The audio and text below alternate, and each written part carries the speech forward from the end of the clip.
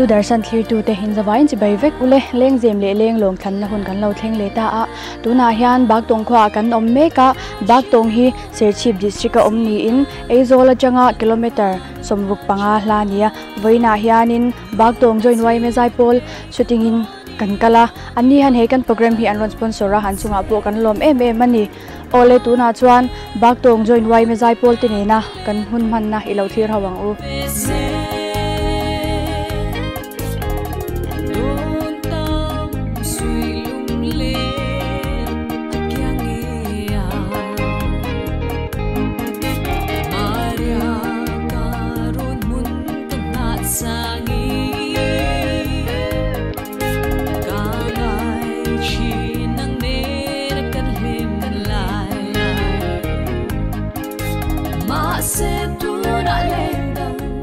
ole tuna hianin Baktawng a kan om meka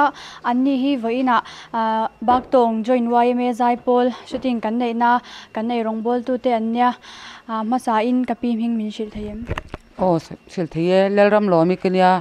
ramte min ti thin opi ole alo mame ani chuanin hei voina hianin in po chana sasya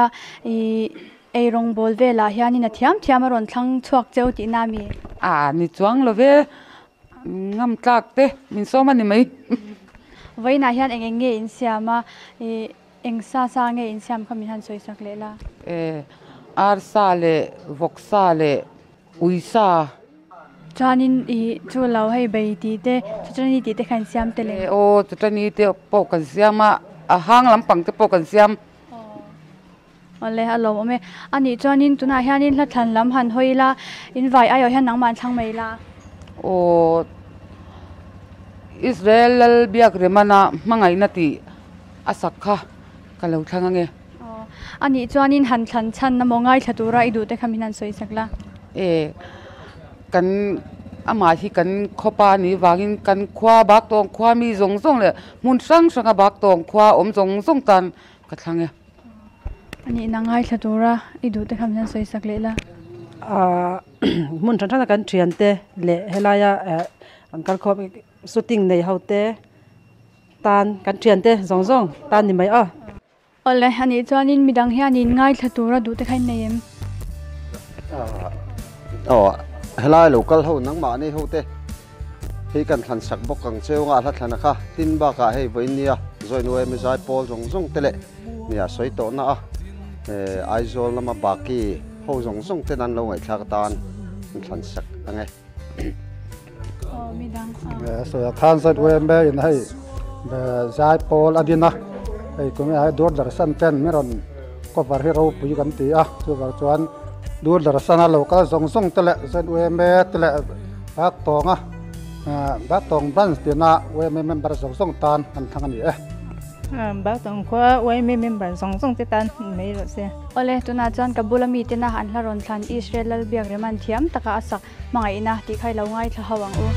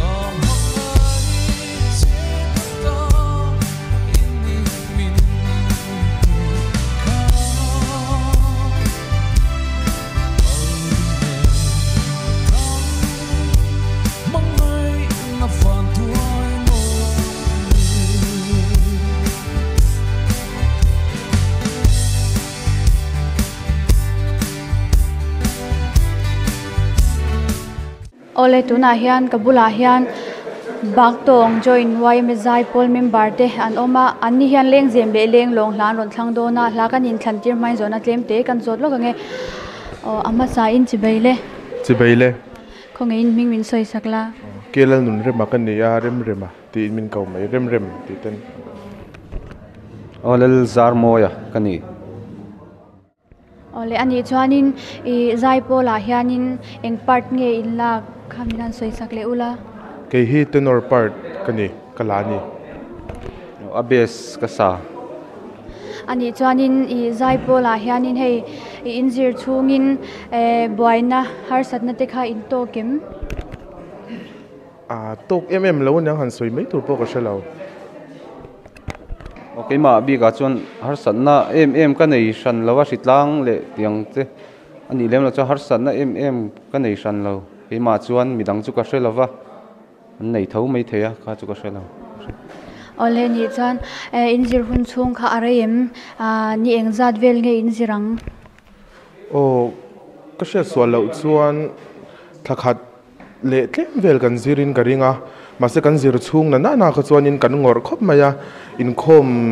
lo zan ka chungei nge ni ta in khom zan ni lai zan te in rin ni zana te po in khom bana khan hanti sham te kha kan na ya kan ol me ulawani kar khata chung po khan ole tuna chan hla than lam han hoila an pani ai o hianin tangwal rem hian han thlang mai se mami warte dam lai par ti kha kan thlangange ani chuanin han thlan chan le ngai thlatura idu te khaminan soi sakle la nia ka thlan chan na chuanin hela hi ka du emema kan tet lai ti meila khanglai changa album ron ti chua atang reng khan album a hla ho zong ba ka hian atong dan zong te ka thiam chua ko vek zela chutiang khop chon mami warte hi ka lo ngai sang ve china chuma chan dam lai pari kan thang tu a chan than chan ti a chan hela lo du ve zong tu te tan khan kan thang sak mai ange ole nang thlan chan le ngai thlatura idu te khaminan soi sakle la than chan tia kha chuan nia ala thu te kha tha le ama mami warte sim hi nge mel te tha ka tianga than chan ang tiang tak chong ka nei san lova ngai satura ka du hi nia kon pui lama ka thian pa zero mate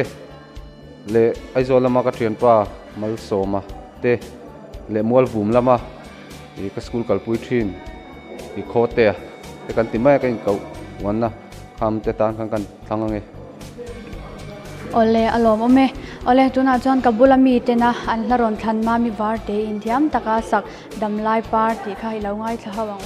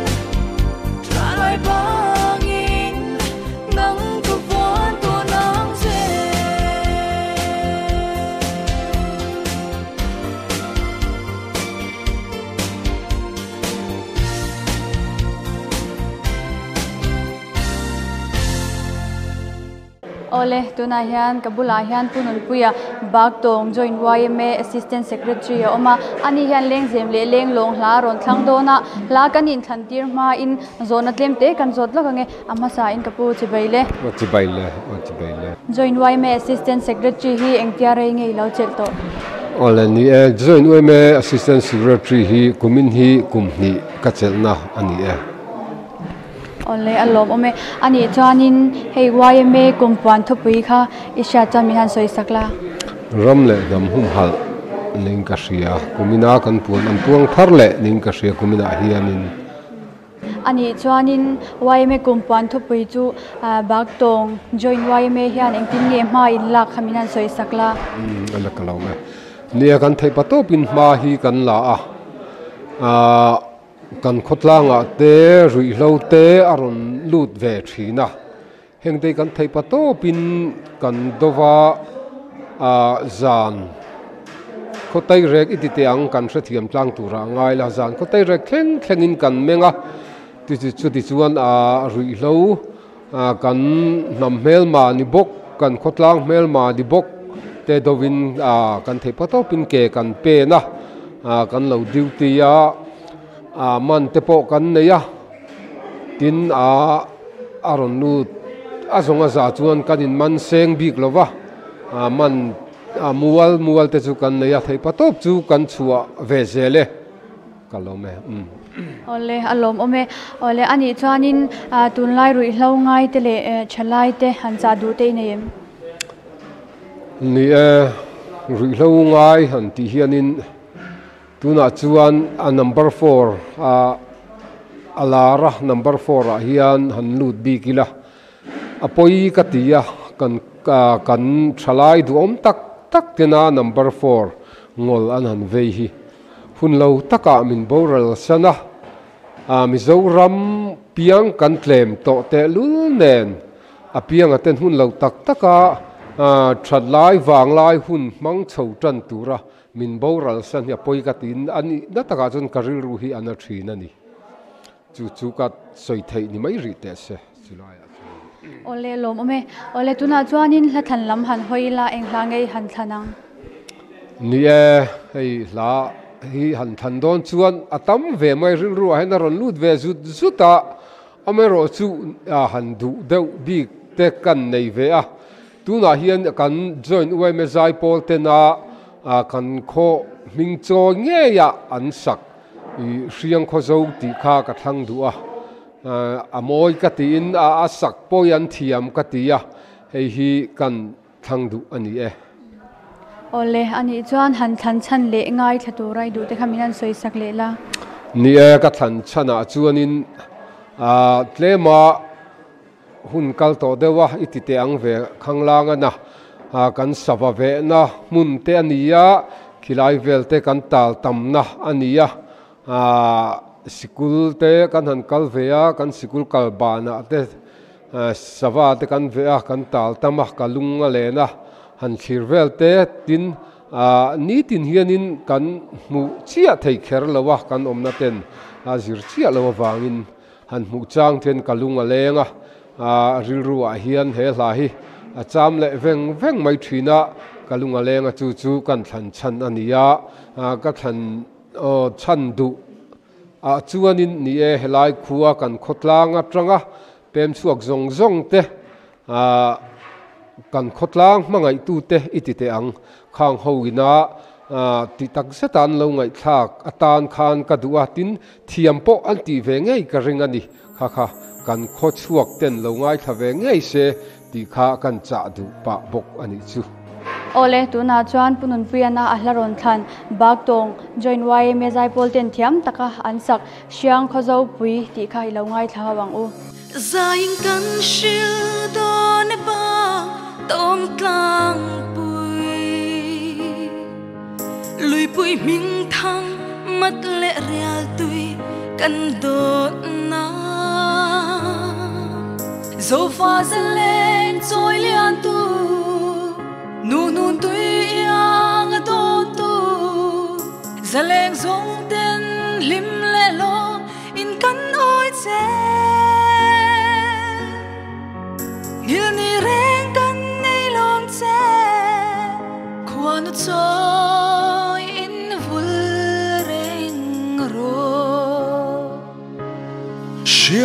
zo bui tlang thun du i moi hluane tlang dang zong ai pon ramlaya hian chang zela inam ro lu tlom ngai na chom zeli i chunga ching khwal zale lungmong ten nan leng china khatiang nun moi le duom kha chang le thar ten i vong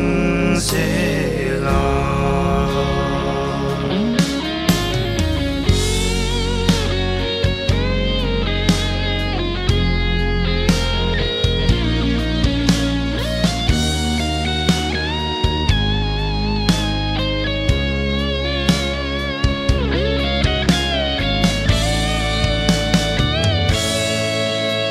Chiều dài lâu một bụi van nói liên qua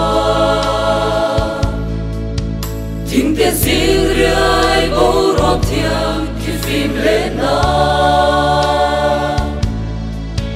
giấc mình ngân chiang khó dấu bụi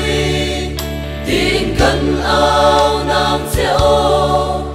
chạy rồi ra lên nào pha linh bên cân lên na miêu ni reng kan ai lom che quan ut so in vul rem ro chiang kho zo ui tam dum du i moi loa de tam tang sung ai ko ram la ya hian chang zela in nam ro lu tlom ngai na chom zeli i chunga ching khwal zale lungmong ten an le china khatiang nun moi le tu om kha chang le thar ten i vong zela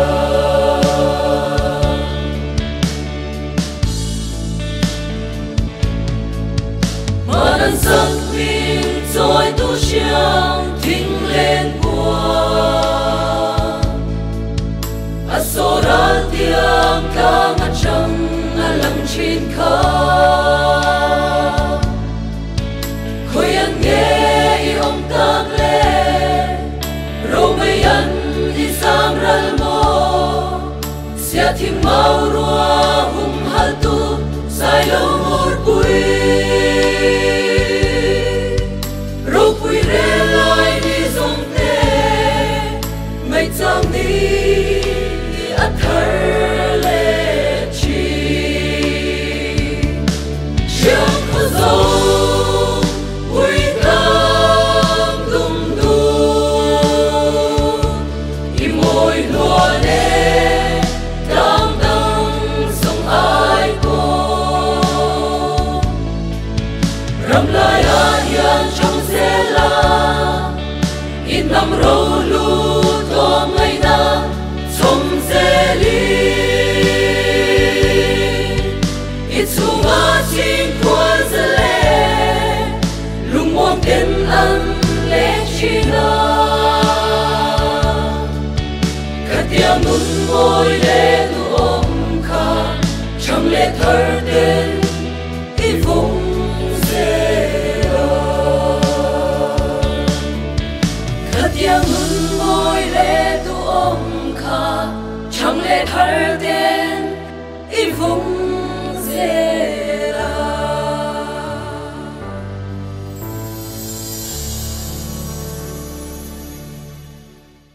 ole tuna hianin Baktawng join YMA zaipol member te kabula hanan oma khongin in ming min sai sakula u sente i kana ke zoding le ne buati zik pui ani chuanin voina in shooting te hin wa min ti em a in hlok puem ô anh nuam kan lok pui khop mai ô cái bộ cái lộc bui không mày anh nuam lút tục ô anh nuam lút tục cái ô anh ấy cho nên hay laser lệ zel lệ hay shooting lệ zel thì hi cha in tiệm ô arim chan chan cha kan ti ô lệ anh ấy cho nên anh ấy hay giải pole shooting thì hi hạt thak in tiệm tivak lawe kan try to ten filament support cha hay nuam kan ti khop mai anh ấy cho nên zir chung về là hanin rau khol na te in này anh này em lâu mà sẽ anh em muốn mi mal đầm lâu nó tê lệ khách giang về đó ni lâu sang cái nation lâu ole tu na chan la than lam han hoi la an vai ai o hianin kabulami hian han thlang mai se ô Israel biagrema la sak khonge yom ti kha kan lo thlang nge han than chan le ngai thatu rai du te kham hian soi sak le la ka thlan chan su ama hi zai thiam shim shim ka tia hla po khanal ka tia chuan ngai thatura ka du te chu i nge mo sang sanga kan chan te le i zai pol member pui te tan kan thang nge okay po zai pol member pui te le e mo sang ka chan te le ka chung te zong tan thange ô asatu hi kan khwa anya azai thiam kan ti a hela lo nal ti a lo do ve tu zong te tan ga lo thang nge cái po hela nal lo ti ve tu te zong le hey YMA member zai pol ka member pui te le shwai tu tan than sakani tuna chuan kabulami te na an hla ron thlan Israel biak riman thiam taka asak khonge I om ti kha I lo ngai thla hawang u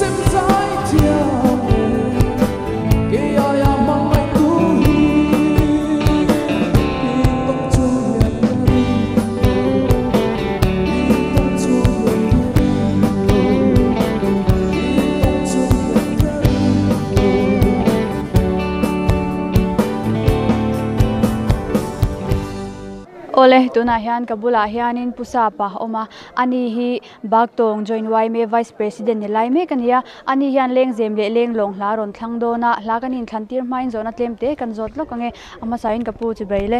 chi beile join YMA shwai tu hi engtia re nge ni to kumnga chukani ve to kumnga vel chukalo thok to ni ole ani chanin YMA thiltum te khamin han soi sakla han sei ne pakhanna chuan hun ol man that ania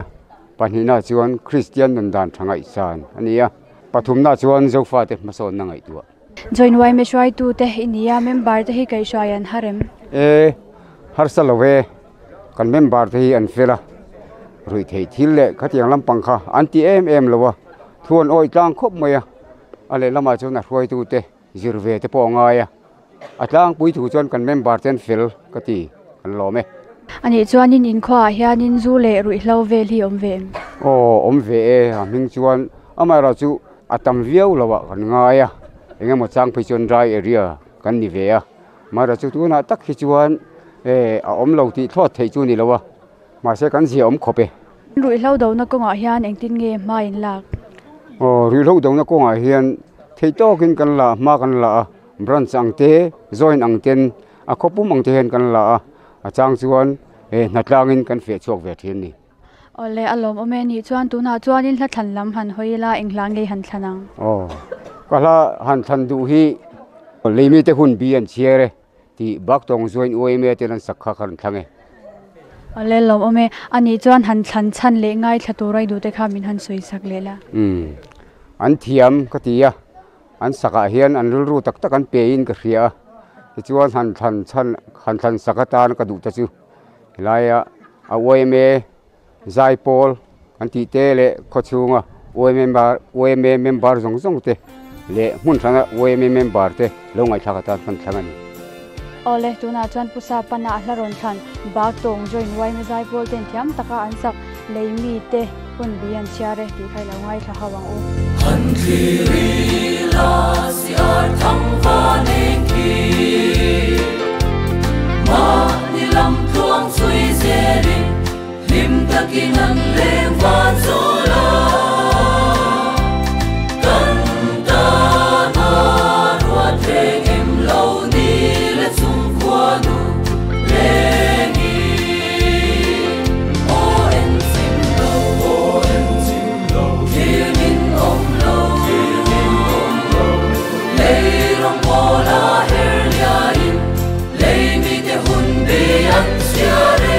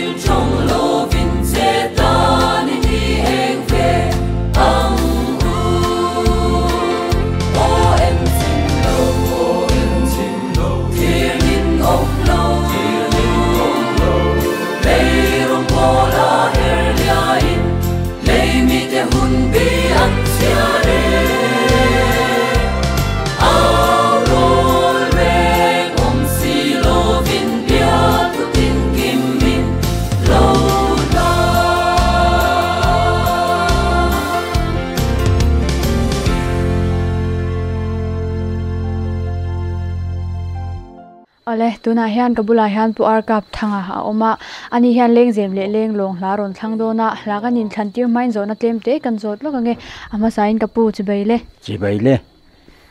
tun lai bai chinem Baktawng khoi venga ngeyom a boi ran love kan omna veng hi Baktawng veng lun ani ani chuan kumeng zat nge ni to kum som sari le pani la tlangwa hle mai le tuna chuanin Baktawng khwa a hianin kaushan le khutlang a khan ni na ichel thin le ichel lai te khamin han soisak le la Baktawng hemi kaushan a hian Presbyterian a hian kan oma chuan puitling Sunday School Secretary a hian ko towa naupang Sunday School Secretary a hian ko to boka kotlanga chuan hei join YMA a hian President a te kalo ve towa tin branch a hian President in kalo to boka tin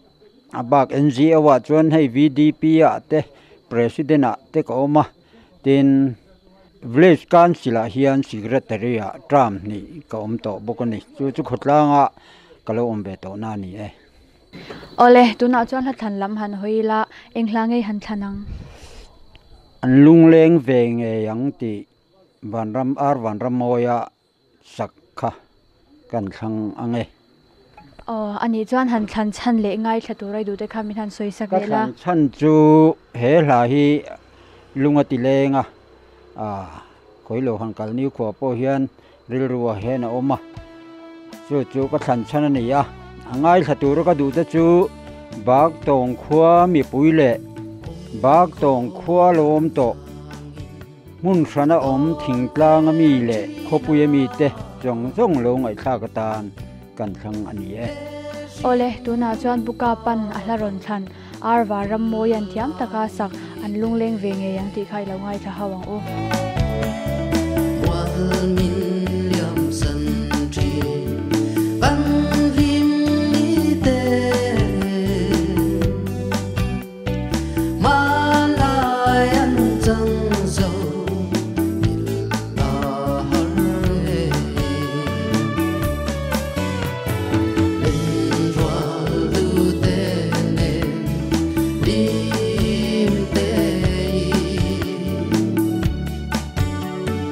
Zai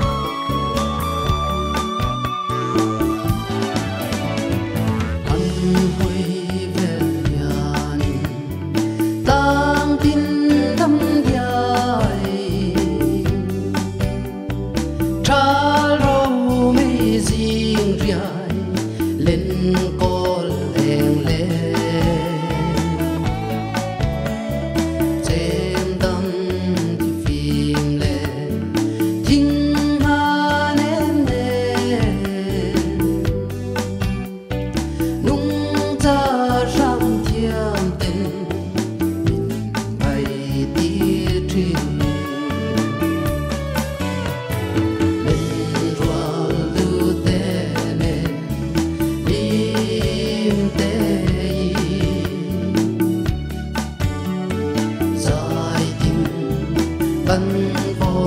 ลายขาไม้จีเนจยันตะขา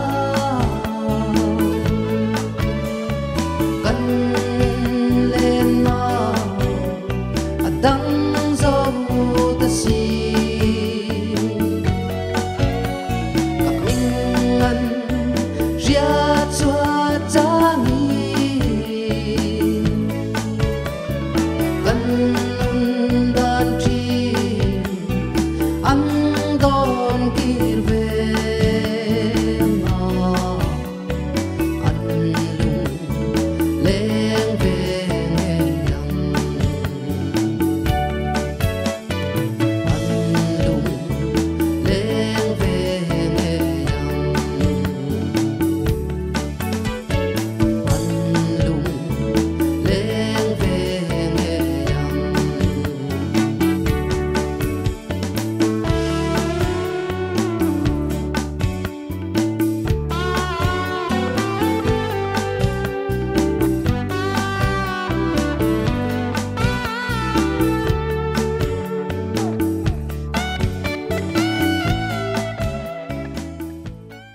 ole tuna hian kabula hian puke vanza ma oma ani hian lengzem le lenglawng hla thlang do na hla kan in thlantir mai zona tlemte kan zot lo gange ama sain kapu chu baile chu baile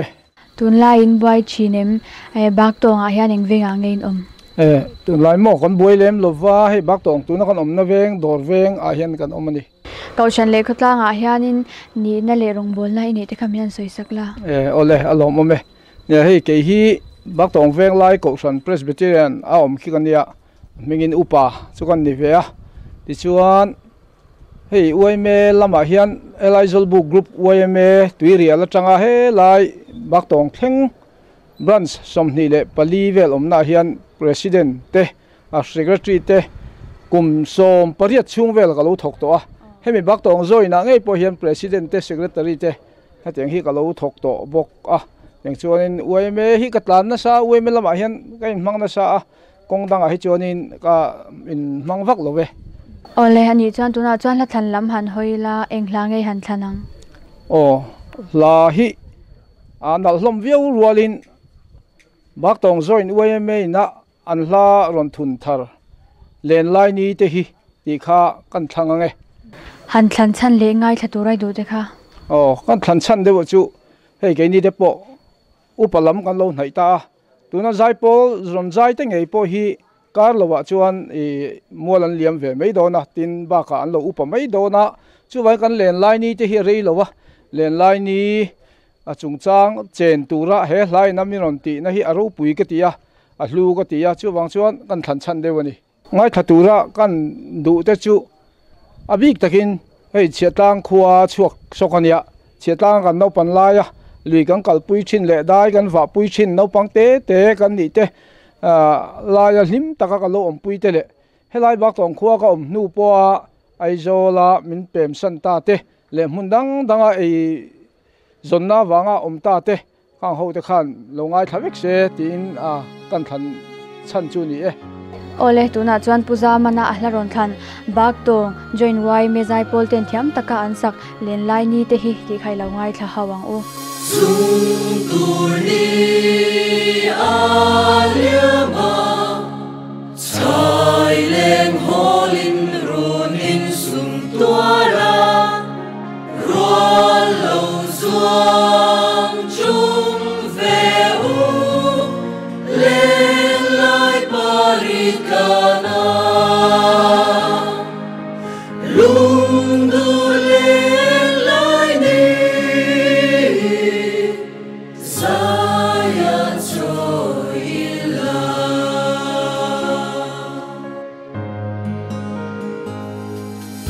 Yang kei reng a om lo Len lai ni parang a ful lai hi Am se li lai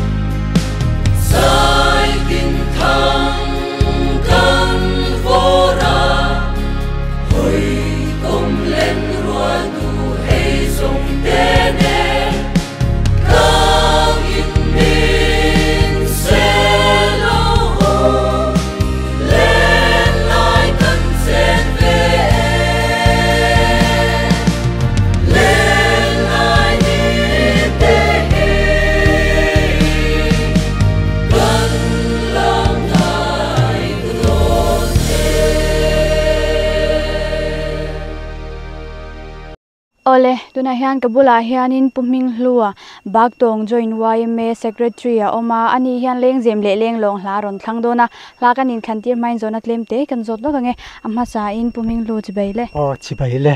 join YMA a hianin in man na rei to em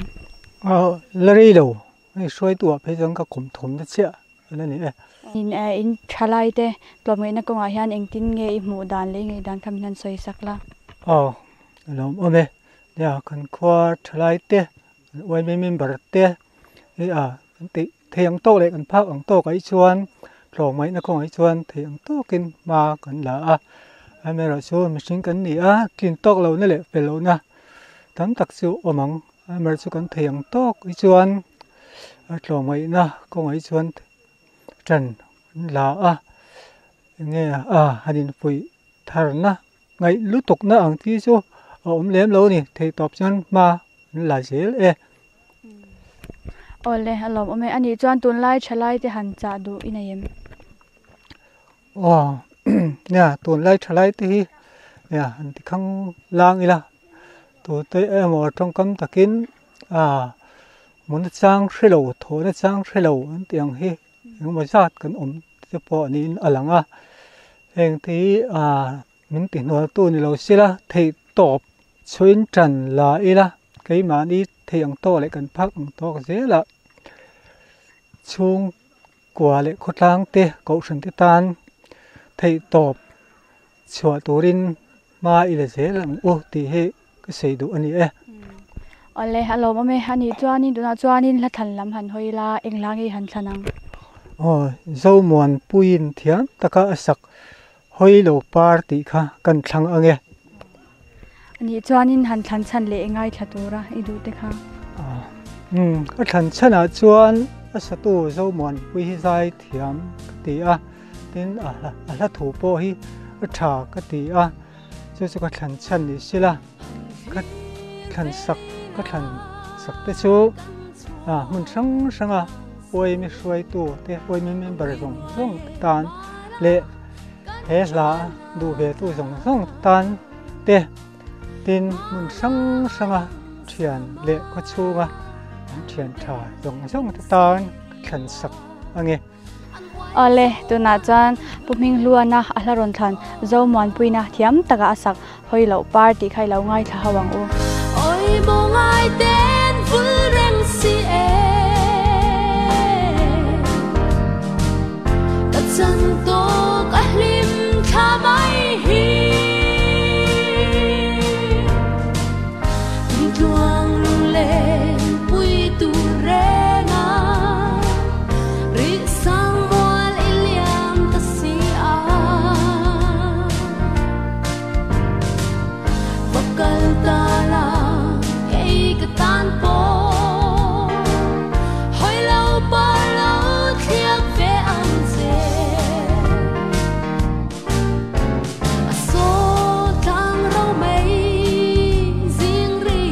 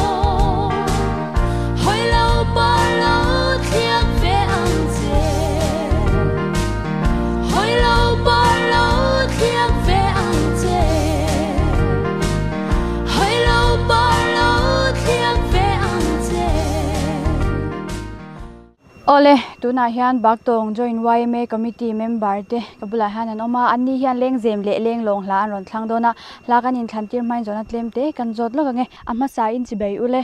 chibei khongin ming min soi sakla somte a Joseph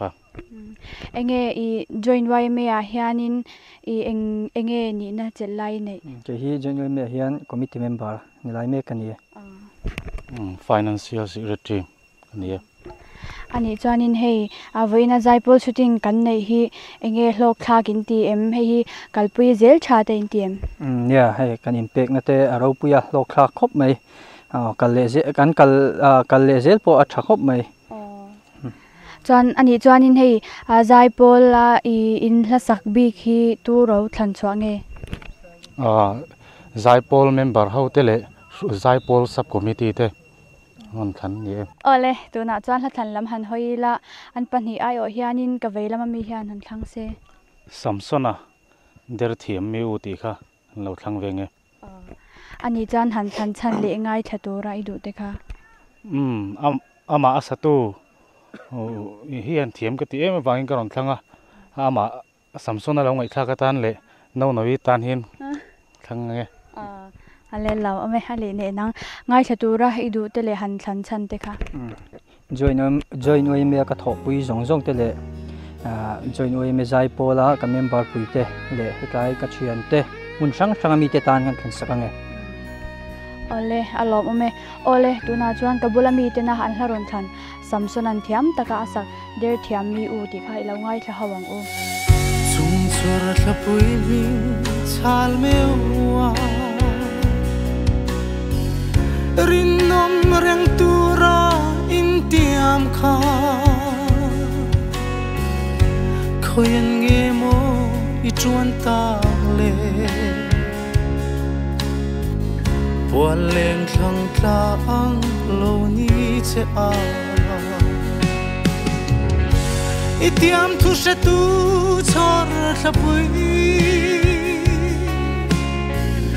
anh ruai pia lei mo chai thar belin niliam ta mo luai khinu la min tiam zong te ka o don kile roder tiami u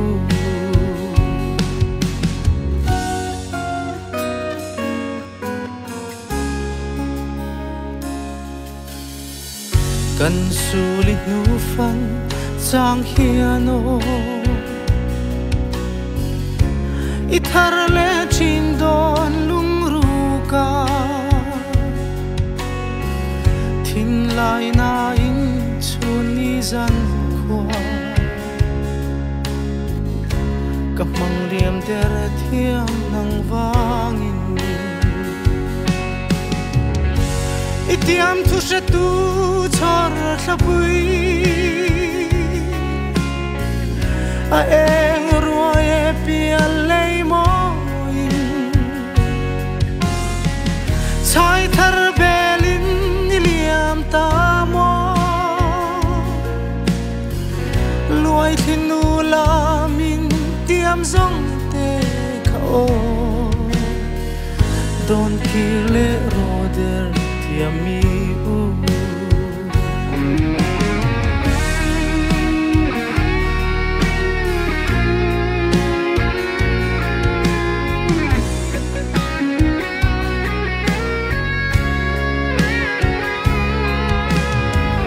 thutin ril kan sam dhun lai te mangai na par zu don duna kan in lom lai chuai zo ta tiam thu sut mang der thiam nang wa itiam thu she tu char thlapui eng ruai pia lei mo chai thar belin niliam ta mo loi thin nu la min tiam zong te kho don kirle roder thiami u don kirle roder thiami u don kirle roder thiami u